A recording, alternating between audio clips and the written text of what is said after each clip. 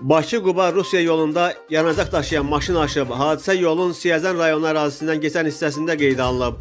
Qəzaya uğrayan avtomobil yolun hərəkət hissəsində açdığından hazırda Bakı istiqamətində avtomobillərin hərəkəti müvəqqəti məhdudlaşdırılıb. Hadisə yerinə dövlət yol polisi və digər müvafiq qurumların əməkdaşları cəlb olunub. Yolun açılması istiqamətində iş aparılır. Hadisə ilə bağlı Fövqəladə Hallar Nazirliyi də məlumat yayıb.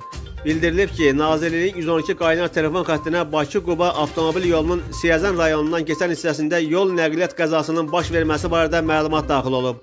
Məlumatla əlaqədar dərhal əraziyə Fövqəladə Hallar Nazirliyinin Dövlət Yanğından Mühafizə Xidmətinin qüvvələri cəlb olunub. Hadisə yerində əməliyyat şəraitinin qiymətləndirilməsi zamanı qoşqusunda 39 ton yarancaq olan DAF markalı avtomobilin idarəetməni itirərək aşması nəticəsində yol qəza hadisəsinin baş verdiyi və yanacağın ətrafa dağılması ilə yanğın partlayış təhlükəsinin yarandığı müəyyən olunub. Hazırda yanğın söndürənlər tərəfindən mümkün yanğın partlayış təhlükəsinin aradan qaldırılması istiqamətində müvafiq tədbirlər həyata keçirilir.